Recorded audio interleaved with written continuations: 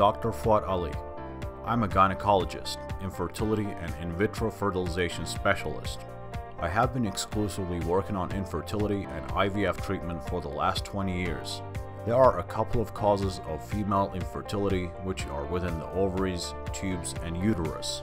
Female infertility can develop when there are problems with these organs. The most common thing that happens in the tubes is a blockage. If both the tubes are blocked, there are no chances of treatment. In these cases, we tell the patient about IVF treatment. If there are any alien uterine fibroids or polyps within the uterus, we treat the patient with hysteroscopy and remove the alien mass. If the patient has a few eggs and is over the age of 35, we directly begin IVF treatment.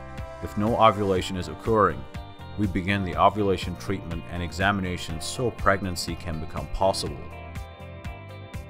Of course, you can achieve pregnancy with a few eggs. However, age is an important factor for us. The most common symptoms we observe in the patient when they have few eggs are depression, hopelessness, and psychological problems. As Noble Fertile Fertility Center, we plan out a specific treatment plan for patients that meets their specific needs.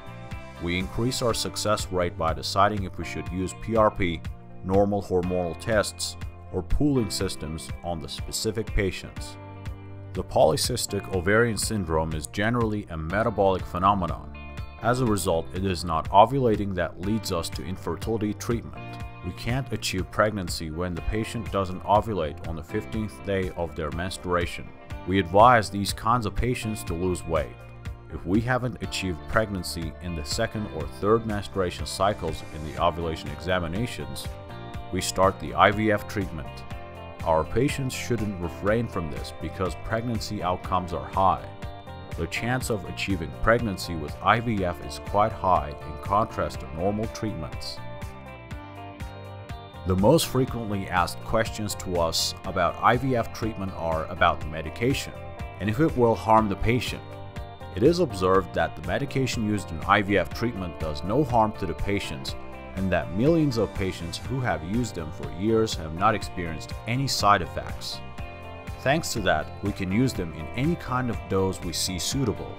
Many doctors who work in the field of infertility share the same idea, that these medications do no harm. These drugs do no harm. When can the infertile patients come for an appointment and how long is the treatment process? We want couples who have engaged in normal sexual intercourse for a year and couldn't get pregnant to go to a fertility center, meaning an IVF center. After the patient arrives, if after a year of sperm tests, ovary scans, and ovary examinations everything seems to be normal, we don't start any treatments. We call the patient 3 months later.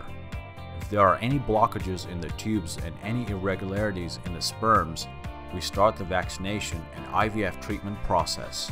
The vaccination process of IVF concludes in 10 to 12 days.